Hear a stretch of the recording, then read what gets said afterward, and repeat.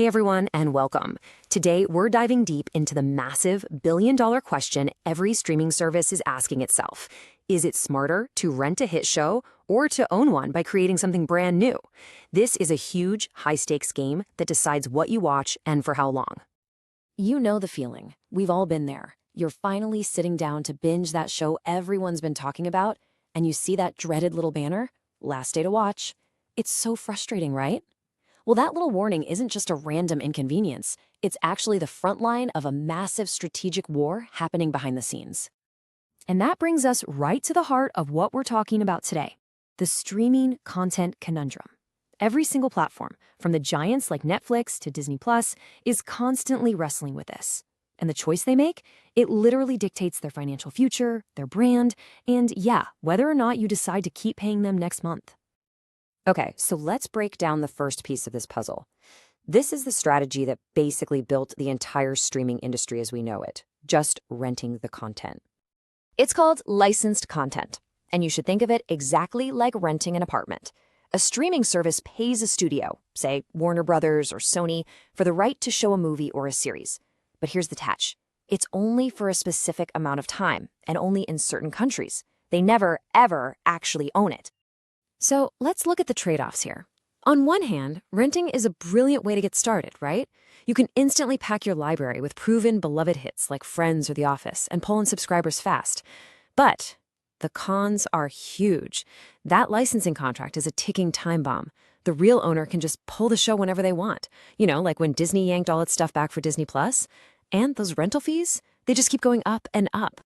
So with all that uncertainty, the platforms had to find a better way. And that brings us to the other side of the coin, the second huge strategy. What if we stopped renting and just started owning? And that, of course, is original content. This is when the streaming service becomes the studio. They flip the entire bill, they develop it from scratch, and, this is the most important part, they own the intellectual property. The IP. We're talking about Stranger Things for Netflix or The Mandalorian for Disney Plus. This isn't a rental anymore. It's a permanent asset that they own forever. Now, this is the definition of high risk, high reward. The upside is just immense. A show you own never leaves your service, it helps build a totally unique global brand, and a monster hit can make your platform subscription-proof. I mean, people sign up just for that one show. But the downside? A massive, massive financial gamble. For every one Squid Game, there are dozens of super expensive shows that just flop. And it takes years to build a solid pipeline of hits. So with these two totally different playbooks, how does a company with billions of dollars on the line actually make a decision? Well, it doesn't come down to a gut feeling. It all comes down to cold, hard math. And here's the key metric they all use. It's called cost per hour, or CPH for short. This is the number one thing executives look at to figure out if a show is actually a good deal. It boils down to one really simple question. For every single dollar we spend on this show, how many hours of viewing are we getting back from our subscribers? And this is where it all clicks. Look at the licensed show on the left. It's a constant, never-ending cost, year after year after year. It's like paying rent forever. Now look at the original show. Whoa, yeah, that upfront cost in year one is gigantic. But because you own it and more people watch it over time, that cost per hour plummets. A hit original becomes an incredibly cheap asset that just keeps bringing in new subscribers for years to come. Okay, so that's the theory. But how does this actually play out in the real world? Well, let's take a look at one of the most competitive, most important streaming battlegrounds on the entire planet, India. See, in a market as incredibly diverse as India, a strategy of just licensing Hollywood hits has a huge weakness. It really only appeals to a pretty small, urban, English-speaking audience. If you want to achieve real nationwide growth, you can't just rent foreign shows. You have to create stories that connect with hundreds of millions of people in their own language.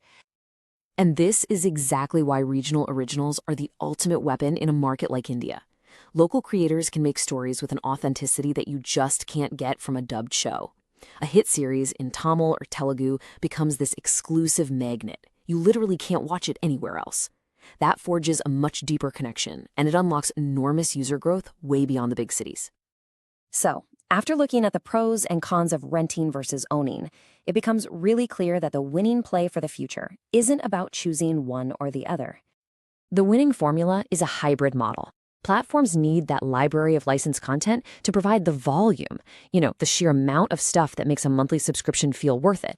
But they also need their own original content to be the exclusive magnet that pulls in new subscribers and, maybe even more importantly, stops people from hitting that cancel button.